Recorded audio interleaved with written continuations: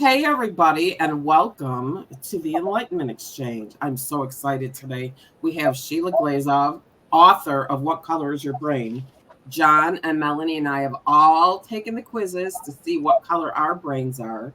So we are thrilled to have you here today, Sheila, and we've already been chatting and probably let some of the really good stuff um, escape already. So we're going to give this show a little extra time, I think, because Yes. we've already had some really interesting conversations. So, what I was hoping very first before we do anything else, so the people that are listening can just have a minute to think about their colors if they haven't done the quizzes on your website, which I did link in the show, is can you give us a really brief nutshell description of what each color means? Perfect. So I'm going to do a show and tell for you. All right. So if you're the Outstanding. yellow people with the yellow part of your brain, you notice it has a right angle in there. hmm So yellow people have to be right. And they're very direct about what they do. They're very organized. They're very prepared. If they do not have a plan, they are very, very uncomfortable. Opposite of the yellow people are the orange brain people, frontal lobe, largest lobe of your brain to develop, and it usually doesn't develop till you're in your middle 20s to 30. So that executive decision making or the response that's impulsive hasn't really been trained to maybe not be so impulsive. And we say that's why children who have the orange brain, the largest lobe in their brain, when they're little, the most of them, 70% of our children are orange. That's why they need parents and teachers Hmm. to guide them. So next you have the green brain people, top of your lobe, it's your parietal lobe.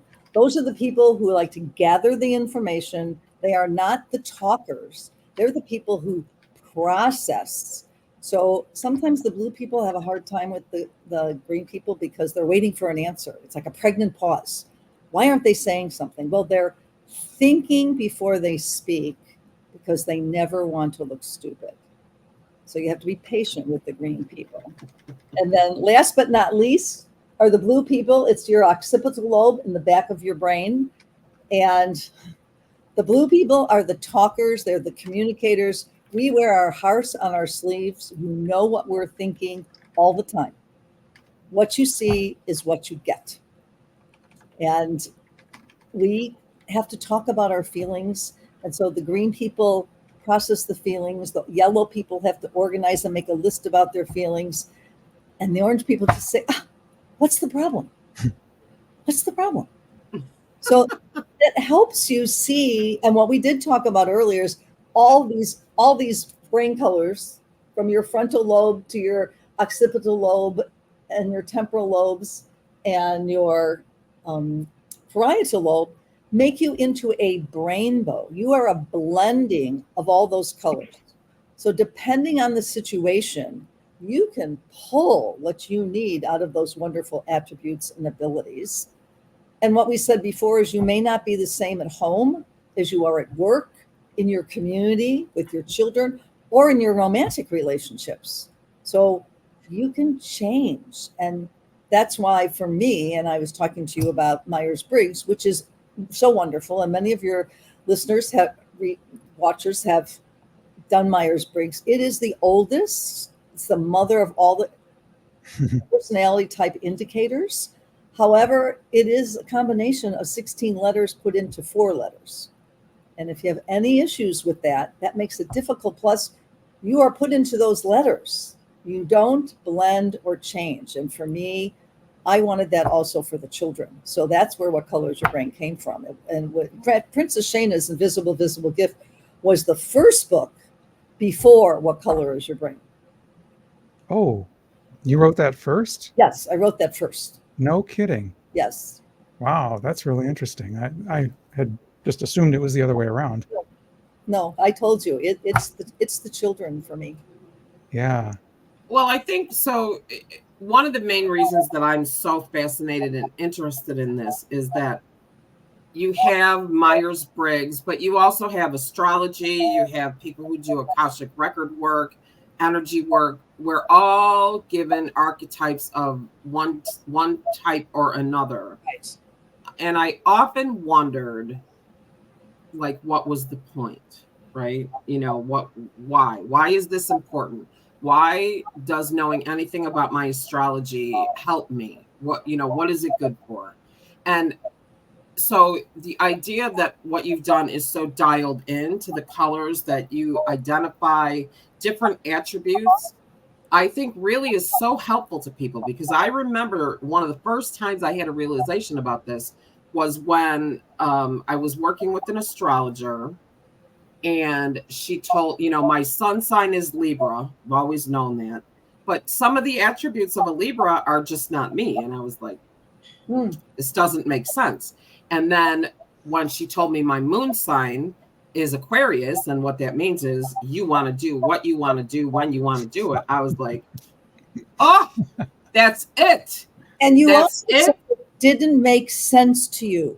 Right. That was your green. It did not make sense to you. And once you had the information and it was explained to you, it made sense. Right, exactly. Right. So I think the importance of all of this is that when we have the understanding of why we are how we are, it gives us the opportunity not only to embrace who we are, but also to say, oh, wait a minute, this situation, I feel this.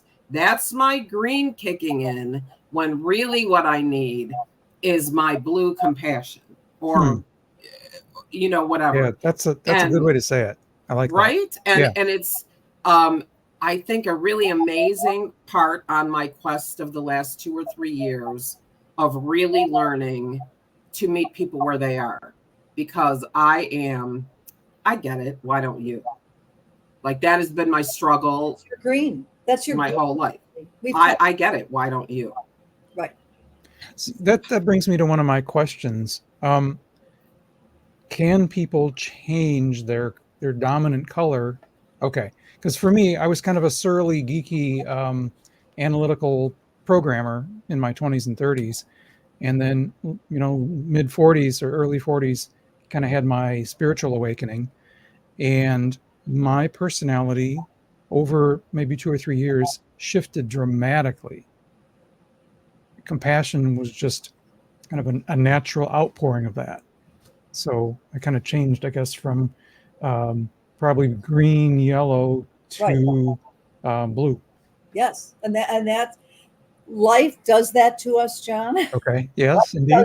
That as I have gotten older, I have become greener, because I found so much of my blue and being emotional was exhausting. And also those people were exhausting. And I had to learn to distance myself and be able to say, that is not a healthy decision for me. And that's what's important to know. You can change. You can pull from those wonderful attributes and abilities, because we all have them. Mm-hmm. And then life changes us as we're younger. We're going into jobs. Maybe we don't have children. Maybe we do. Maybe we have four-legged family members. And then life changes again. You might change careers. And then sadly, we lose some of our family members. And now there's a different hierarchy in your family or with your friends. Mm-hmm. Or maybe you move to a different state. So many things can change. It's being willing to change with it. And knowing your brain colors gives you, I think, one leg up to understand why you're behaving like that. Whenever we have moved, my orange says, that's a great adventure. And I know family members and friends who have always lived in where they live now in Chicago and would never think about moving. And everybody thought we were crazy when we moved to New Jersey and when we moved to California. What are you doing? I just thought it's a grand adventure. Mm-hmm. So I pulled my orange to do that.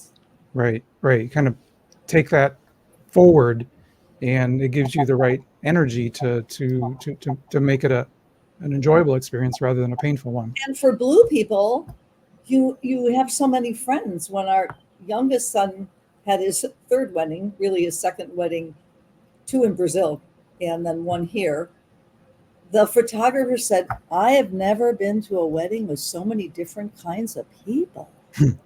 And so that's from moving, that's from the orange and doing different things to bring everybody together. And that, I think, makes life so interesting. Yeah.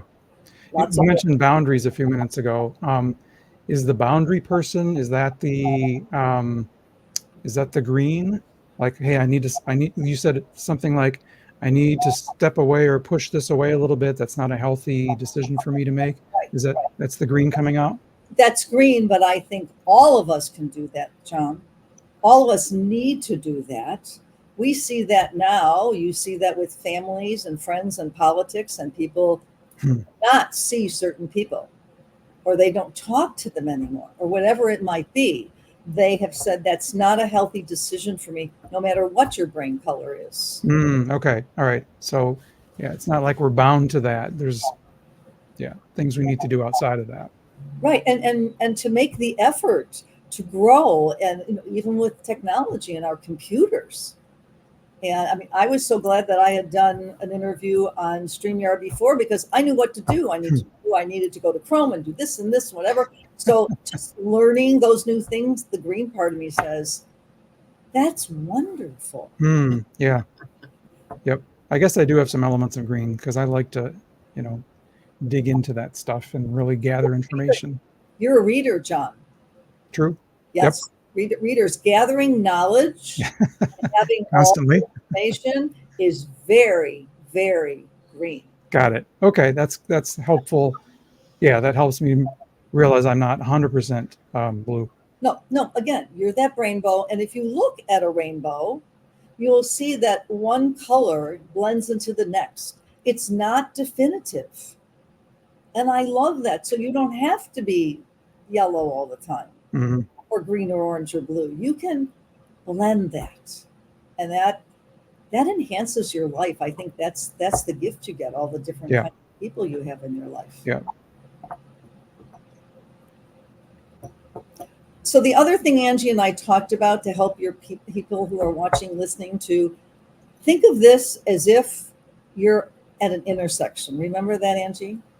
Mm-hmm. And so tomorrow is 4th of July. I mean, we know over the weekend it was also 4th of July, but imagine that there's a event for 4th of July tomorrow with family or friends or parade. And then that's in the middle of the intersection. You have a yellow person, a green, an orange, and a blue standing on each corner of the intersection. Now, each of those people are wearing a backpack. What I say to people is, in your backpack is your backstory.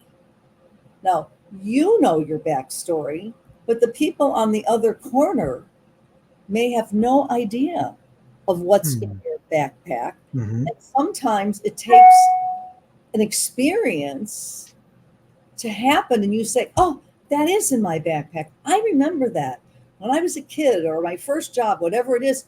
And it expands your backpack. You carry so much in your backpack. And what's so interesting is once we get to know people and understand them, we can better understand what might be in their backpack. And then they're willing to share what's in that backpack with you, because they're feeling more comfortable about that. And you understand, 4th of July. So the yellow people already made a list of what they're doing and what they're cooking and what they're bringing. And the blue people are thinking, oh my goodness, who's going to be there? That's wonderful. And the orange people are thinking about how much fun. And then the green people are thinking, well, maybe I'll just find a quiet spot.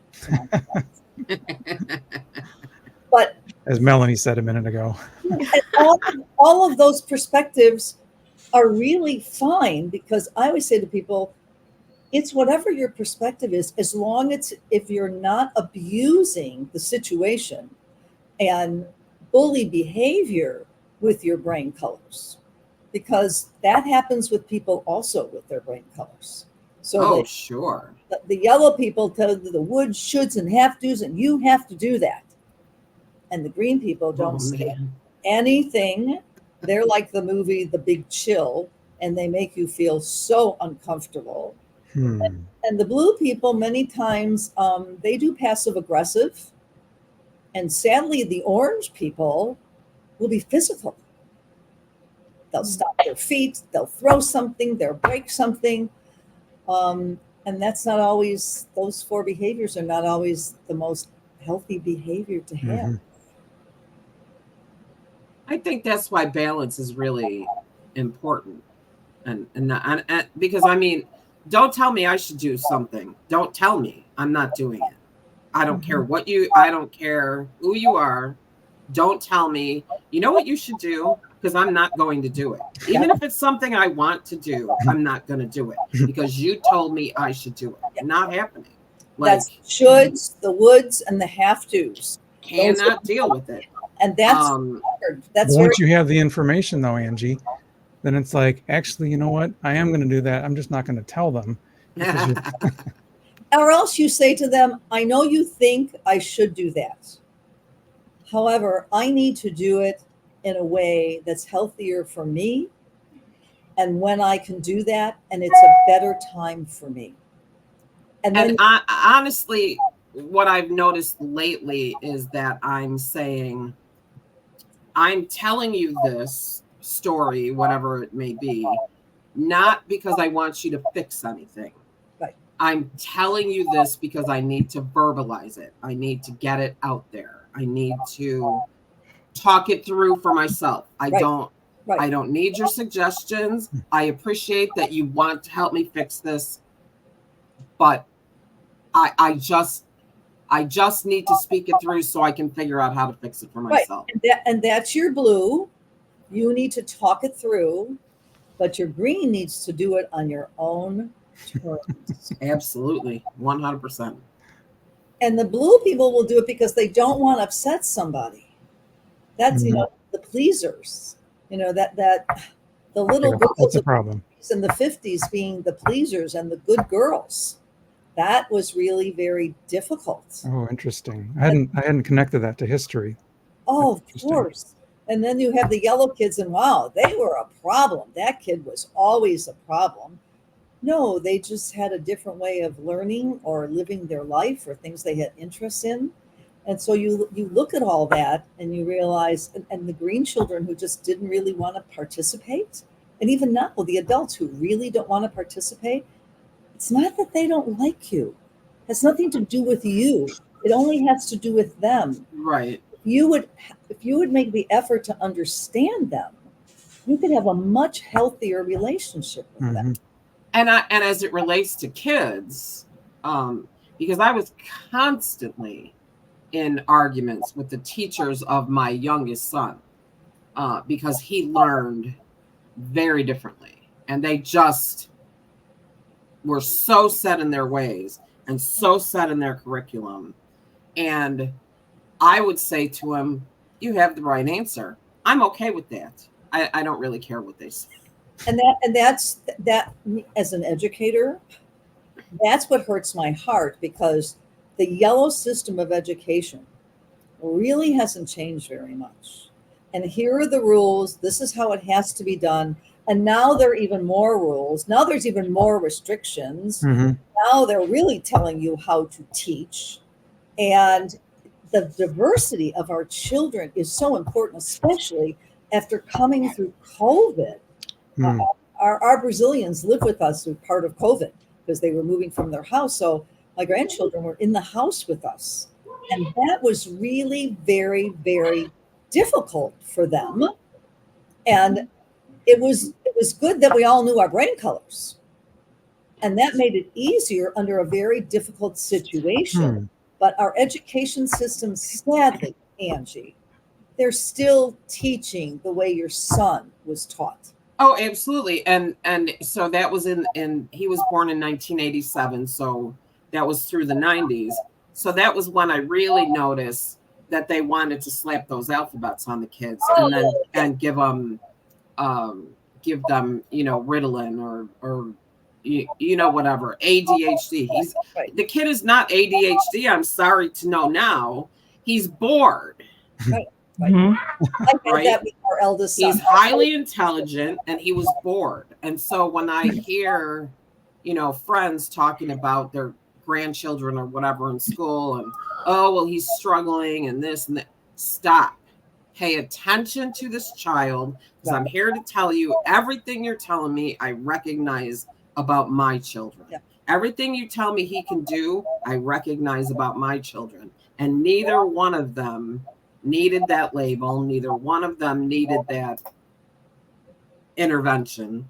Yeah, and so it's very hard. But the thing is, it's really good. We had that with our eldest son, and what is really good, and that was the 70s, that then Joshua learned about himself, and then he was able to speak up for himself, and that made a really big difference. But that was a level of maturity. And also, we were living in a small town in California, Mammoth Lakes, California, in a ski resort, very different than living in Highland Park, Illinois. Oh, most definitely. So I think also the environment, I always tell people, you have to look at an ideal environment. Like, I'm talking to you from my 3-season porch. I get to look out on my pollinator gardens and the rest of my gardens and the bird feeders. And that, as a blue person, an ideal environment for a blue person is nature. We love being in nature, surrounded by colors and nature. And opposite of the green people, give them the resources. Green people need their resources, and they need their resources in their ideal environment to work properly. They get really upset if their technology is not working right. That's not good for them. The yellow people, their environment has to be orderly. Everything must have its place. There can't be a mess anywhere. And the orange people, they're the ones making the mess, right? Yeah, I could have called you from my bedroom if I was orange in my pajamas. That's really okay. And if you understand that about people, you can create an environment for people to thrive in. If the environment nurtures their brain color. I read this to Angie. So for many years, I did a push-in program, an enrichment program for our 5th grade class in Arlington Heights. The teacher had been in a teacher, What Color Is Your Brain program that I had done. And so I'd come into her classroom all the time.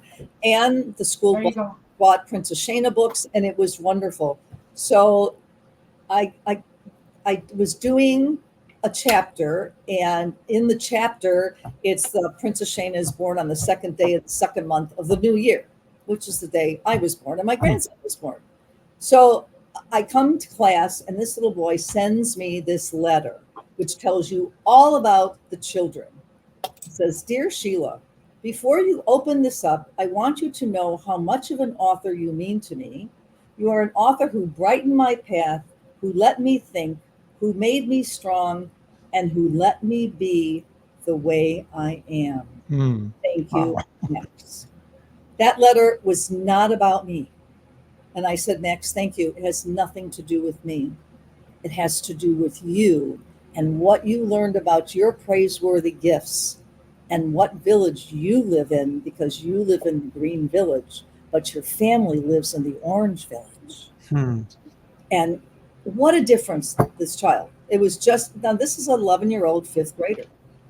So Angie and I had said that, if children can have this foundation when they're young, they really have something to build upon, because life is difficult. I remember my granddaughter talking about the mean girls at school.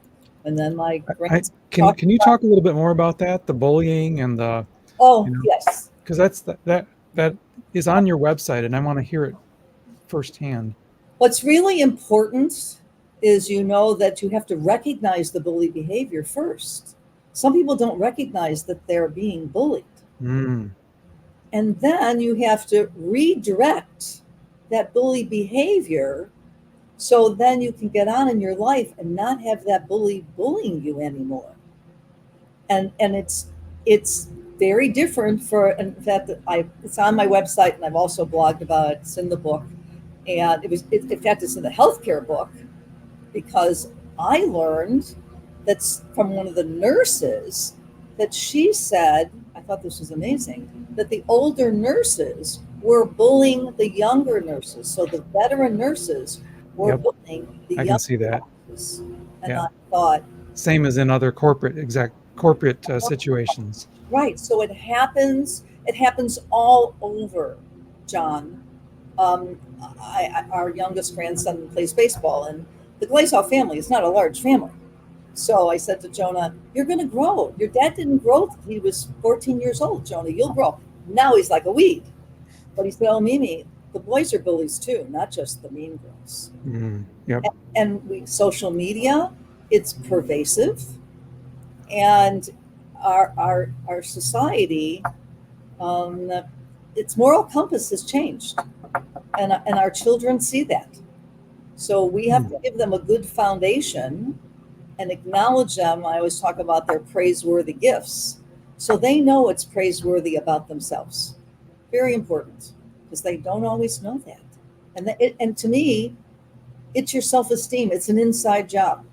So when they discover what village they live in, go, wow, I have those attributes. hmm And I think that's what's such a gift, is to teach them that when they're young. And then with adults, they're much healthier adults.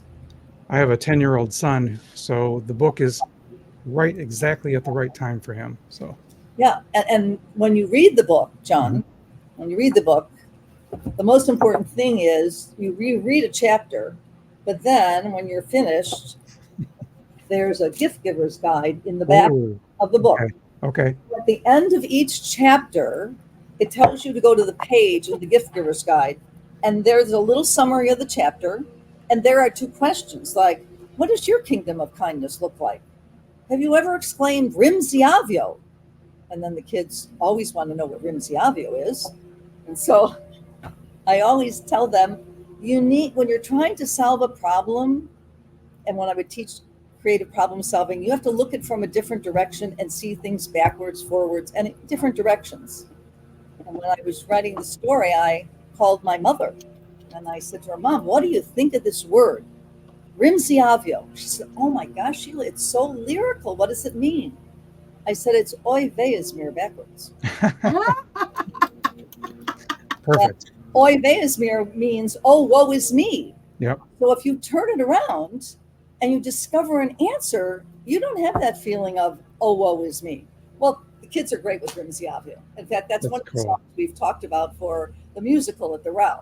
Definitely going to have a Rimziavio song, because it's so much fun to say. Yeah. And so I think that the bully behavior, it's very difficult, but once the children understand who they are, they can redirect and deal with the bully behavior better. Okay. Because they know this will help. Yeah. Yeah. Okay. Thank you. That's a concern, great. John. I understand that. That's a concern. Yep. Any more questions? Should I tell you about one of my favorite things? Yes. We'd love to hear about one of your favorite things. It is wet paint. So when you know your brain color, orange, yellow, green, or blue, and you're not feeling 100%, and people say to you, as they always do, "What's the matter? What's wrong? You don't seem like yourself. Tell me what's bothering you." And you're saying, "Stop." Stop. I don't want to talk to you. I don't want to talk about it. So my college roommate's mother found this wonderful poem in the Cleveland Plain Dealer and shared it with us. And it's called Wet Paint. And I said, "Oh my God, Bubby, that's fabulous. When you aren't feeling like you want to talk, all you have to do is say, 'I'm blue wet paint.' And that tells the other person, that's my brain color. I don't want to talk. Don't touch. Let me dry. Leave me alone." Just like paint on a couch or on a bench or chair.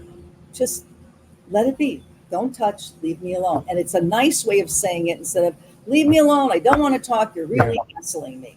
So I love the wet paint. I always make sure I tell that to people in my workshops or when I'm speaking to them, because it alleviates a lot of problems and hassles. Do you have like families that have all kind of read the book? They all know their colors, and they use that just like with. Okay, that's That's We, pretty we, cool. we speak it. If you are part of my family or friends, well, Angie knows I talk about it in yoga. Okay. It's a non-judgmental language to explain your feelings and your thoughts. And I think that's so important because we don't want people to tolerate us. And I know people talk about teaching tolerance, but tolerance means just putting up with someone. Hmm. I don't want people just to put up with me. I want them to accept me for who I am and what I value. That may Yeah. not be what they value, but they'll learn to understand what I value. See, that's it right there, isn't it? It's learning to accept and appreciate a person for what they are and what they value, Hmm. regardless Right. of whether or not it's the same as what you are and what you value. As long as it's not abusive. Well, right. Right. That's right. It's always the caveat because, people cannot. The kids sometimes would say that in class. Well, I did it just because I'm orange. No, you can't hit the other child during PE just because you're orange and you're frustrated. That doesn't work. No, right. So if we understand how to use it, like anything, it's a tool. Yeah. That you have in your tool bag. We all have lots of tools in our tool bags. None of us are teenagers. We've collected a lot of tools. And this is just one more tool in your tool bag. Yep. Angie mentioned astrology at the beginning. Have you ever looked through like the astrological symbols and kind of tried to map the colors a little bit? I think that'd be a fun exercise. People have asked me that, and I did do that a long time ago, but then Okay. I found people got confused. Oh, okay. Right. Mixing two systems. The MBTI and the letters. Well, wait a minute. What are the attributes of my signs? But what am I when I'm blue? And then Yeah. Okay. I can see that. Mixing two things together. it's not, and it's nice to blend them and talk about them, and that would be a fun thing to do. But I think in the world we're living now, when so much information is being thrown at people, we have to keep it really simple. And that's what I love about my program and my books. It's Indeed. really simple. I don't need to add something complicated to your life. Yeah. And that, so this is where I'm going with this. When I speak to the astrologer, she's been on the show, I very often have to say, okay, now can you tell me that in English, please? Because astrology is complicated. But what I wonder is if green, blue, orange, and yellow don't translate better to numerology or life path numbers, because there are only 9 of them. So maybe somebody that's interested in numerology may find some. Right.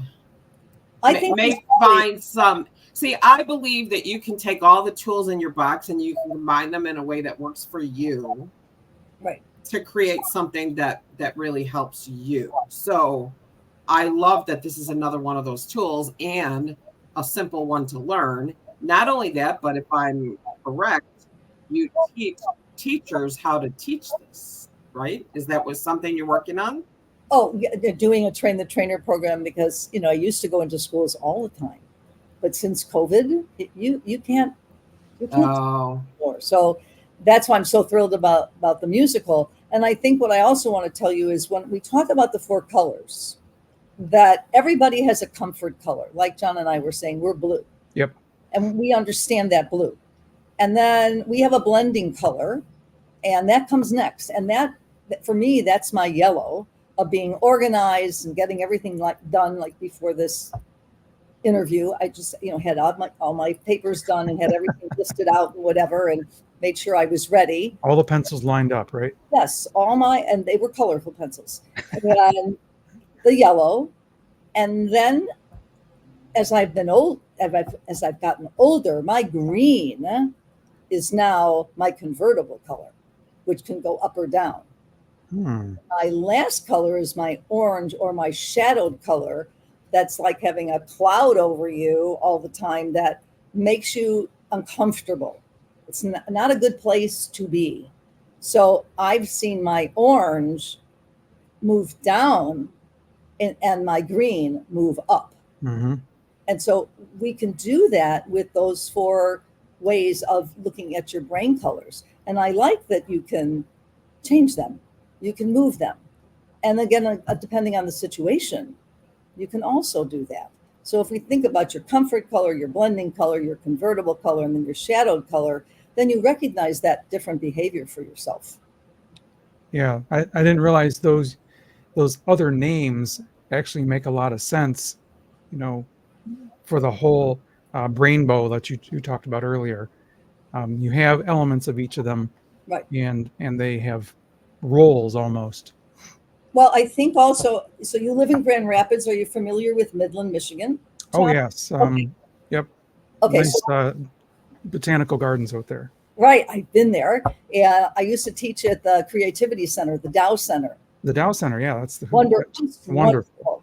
And so we used to walk the railroad tracks that the trains were no longer on into town, and we would have to cross the Tridge that's in Midland. Yep. And so I said, what color is your brain? I have a picture of it in my programs. I show the Tridge because you can use what color is your brain in your home, in your school or community, and in your workplace. So it covers all three places. Oh, but you might be different in all those places. Mm-hmm. Yep. Your Tridge.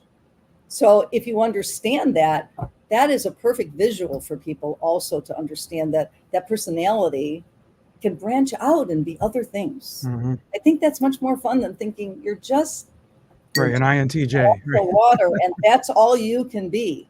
Yep. So for blue people and our creativity, that makes blue people crazy. Indeed. And what else I want to tell you? Melanie, do you have any questions? Yeah, I do. I took almost all of the quizzes on your website, and mostly I'm blue and orange, except for parenting. I'm yellow, which seems almost the opposite. Right? So, like, I don't know, how can I use that information? Like, what are some of the negative characteristics, I guess, of the yellow that I would need to pay attention to when I'm parenting? Well, I think that when you're parenting and you're yellow, and I understand that, I had to be yellow many times with our children, that Well, Melanie does have like 100 kids. I do. I mean, 6. 6, 100, it's the same. and those are 6 blessings that are all different personality types. And so that's why you see yourself as yellow, because it's like herding cats. You have all those personality types, and you're trying to go someplace, you're trying to get dinner ready, they're doing homework. And so you need to have that ability to organize your thoughts and get things done, because if you just went to your orange, oh my gosh, it would be helter-skelter, right? Yeah. Yeah. And I think if I only had one, I would be much more orange and blue, but it's, I'm running a sinking ship. So, and I think it also depends on the person who's parenting with you.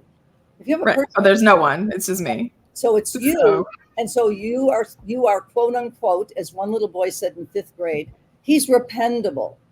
And I said, Eric, what does that mean? He said, reading Princess Shana and finding out what village we live in, I discovered I'm rependable.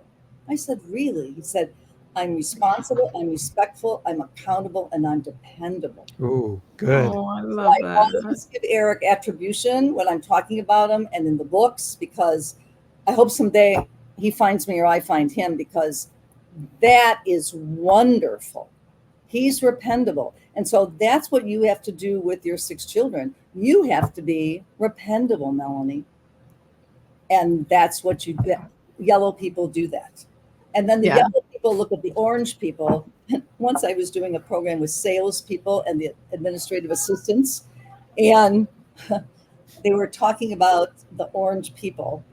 And somebody said, well, I think they're compulsive. And another person said, well, I think they're impulsive. And then somebody said, I think they're repulsive. Ooh, that was a big ouch. And I said, there's a perfect example of the yellow people looking at the orange salespeople. And the administrative assistants wanted things done, and then the orange salespeople would show up at the last minute with a contract that needed to be worked on. So, And then they'd nail it with a huge sale, and everyone would be like, well, they're bringing in sales. I guess they just do what they do. right, exactly, John. Exactly. And I think that that's always so interesting. And I'll switch gears with you because one of the things Angie and I talked about was, what do you do for fun? And I said, that's always fascinating in my workshops to ask people, well, what do you do for fun? So looking at the four of us, tell me what you do for fun, John. What do you do for fun? I write and play music. Ah, what do you play? So I have 10 years of piano experience that I'm trying to get back in my fingers. I also play trumpet. I've played that for a number of years. I don't play as much. I play auto harp, and I just started learning bass guitar, and I'm absolutely loving every second of it. Wow. And listen to the word he used. I'm loving it. That's a blue person. Indeed. Okay. Melanie, what do you do for fun? I never have time for fun, but if I had time, I love gardening and going for walks in nature, because we have like nature trails, and I go for walks when I can. There's your blue.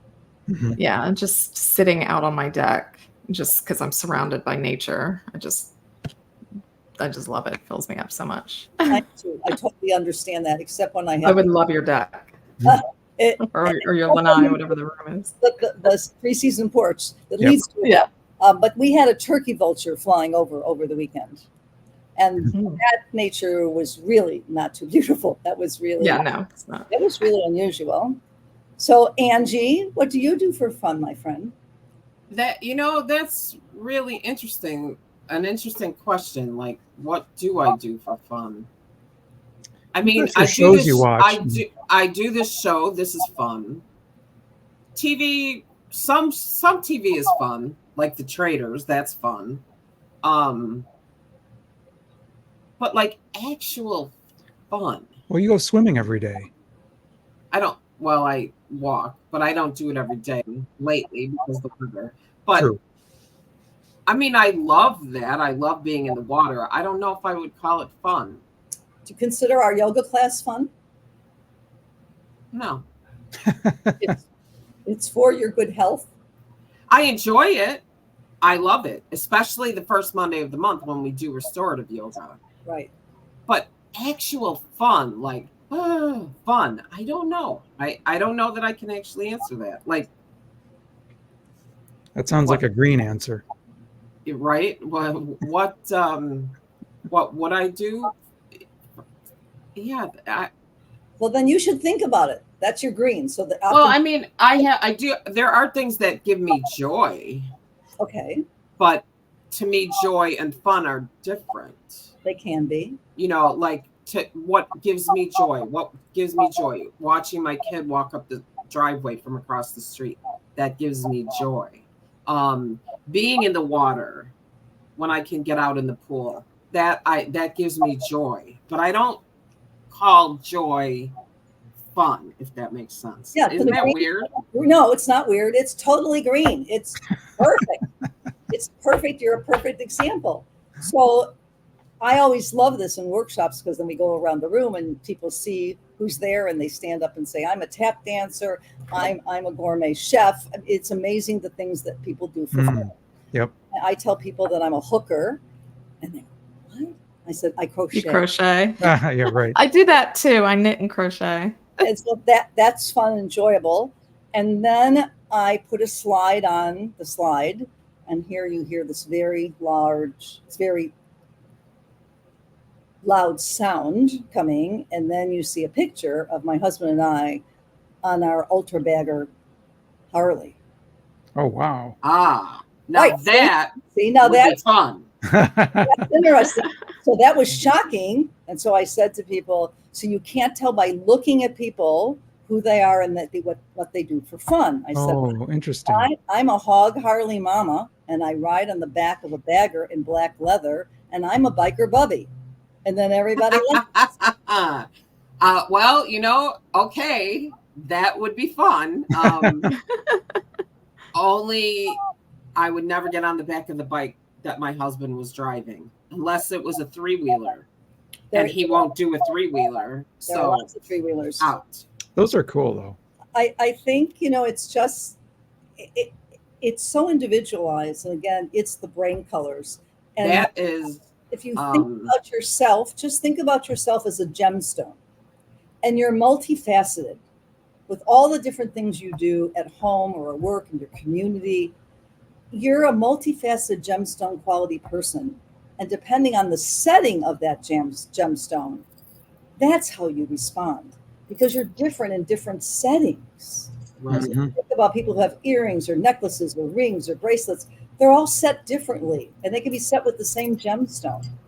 So I think that's so important. In fact, the village emissaries in Princess Shayna are actually named for gemstones. So Cool. yellow citrine and spinel is blue, and Pedparacha is orange, and peridot is green. Because I love Pedparacha. Oh yeah, and they love saying it. And then they ask, "Is it really a word?" I said, "Yes, it's really an orange gemstone." And what's really funny? I don't like orange. I am not a fan. I mean, the color as a color, not too many oranges that I really like. But a Pedparacha, oh my gosh. I would wear one if you could find one anymore. Well, maybe you'd also like to be on my porch and see the Baltimore Orioles that are still coming in their orange dish filled with jelly, and they're still here in Chicago. Yeah, I don't really care about the birds. I like I birds. love birds. You're right. The blue bird. Blue. No, That's perfect. I don't like what the birds leave behind. I'd rather they stay at your house. But both your comments from Melanie and John, Right. were So just funny. right on. And then Straight up shows you who the outsider is here. No, you're just a different facet of the brain colors. Absolutely. And that's what's so important. You were just another facet. And I think if we can just learn, I would really like to make every politician in this country take their brain color, and then every politician in the world. Oh, no, please. You can't. I just think Just knowing that information would be helpful. But even in your community, you watch things on the news, you see people standing up and talking to the people in their communities and the village people who have been elected to a board. And you want to say, if you just knew the brain colors, you could listen to those people differently. That's why I'd like all of these people. I did a program for a client in South Africa. And the people who came to the program were not English speakers. And so they converted the program, and they did the program. And to close out their last day, they all came dressed in some way in their colors. Oh, wow. It blew me away, whether it was something wrapped around their head or the women's dresses or a sash. It was so beautiful to see. So no matter where you live, everybody can understand this. And that's what's so wonderful, that it's so easy to translate to people. And sometimes that's the hardest thing for people getting along, because they go, "Oh, are they talking about me? I don't understand what they're saying in German. Is that what they're saying about me? They're saying that about me in Spanish or Italian?" And so if people would understand the language, they would know they're just talking, just like you and me. One quick question before we wrap up. Do different cultures have different predominant colors in that culture? Yes, I write about that in the book. So, Okay. All right. I should go read the book. Well, it's so interesting, because you look at the Germans and they have all the rules of how to do things and how to do it the right way, right? You've got the entrepreneurial orange Americans. They're going to do their own thing, right? I can see that. Right. And then you've got the Asian people, and you look at what they've done with education and how they teach their children and what they want them to do. And then you look at the blue people, you look at the French, and let's just go to the cafe. Let's talk. Let's be talk, yeah. friends. Yeah. So you see that in Hmm. different cultures. But then again, we have a very dear friend who's was born in Costa Rica, and she's married to our friend who's German. That's a very interesting marriage. Mm. Yeah. Yeah. Very Cool. interesting. So I think it crosses all borders, John. Mhm. Love it to cross all kinds of borders. I have a Yeah. wonderful client in Chile. That's just wonderful. And people from Malaysia are the second group of people that always read my blog from Malaysia. Huh. Interesting. But the Yeah. book is printed in traditional Chinese as well as in Portuguese. And not because my daughter-in-law is Brazilian, but that it makes it so interesting that people can learn this and learn about other people. It's grand. Yep. Yeah. Well, It's, I'm looking forward to it. I was in a workshop with Douglas Frazier, who teaches color coaching, and his connection to color and hierarchy of the colors, of course, is different. But he was speaking the other night about universal languages, and that food is a universal language, sports are a universal language, and that color And is a universal language. And what's interesting to me is, you know, in the energy work world, we assign chakra colors, right? The Roy G. Biv is an organizational tool for chakra colors. So we have that. And then we have Dougal's way of interpreting the colors. Huge pink, self-care. Makes total sense to me. And now this new way, I think that what it speaks to me is that colors themselves are as diverse as the people that we are using them to label. And by I mean label in a good way, of course, but that, you know, there's all different blues, and there are all different greens, they're all different. like And a so crayon box, absolutely a crayon box, right? yep, and the big one, not the you know, not the 8 or whatever, the big box. Right. The All 64. different. Yes. Or oh my gosh, Crayolas though. Gotta be Crayolas. Anyway, wow. How amazing was this? So I think, Sheila, it would be really great if we take take a little time and think of another way for you to come back, and maybe we can do some fun things. Maybe we can get some other people to come on, and sure. we'll get them to have a conversation. Just maybe you can sort of help them with how to adjust their colors, or I don't know, something. We'll come up with something. I think we can be green and think about it. There you go. I'm really. There are days I grow weary of that green, if you want to know the truth. We're always processing. But then again, the blue people, Melanie and John and I, will tell you that our emotions can exhaust us sometimes. That's why I've worked, right, Melanie? So exhausting.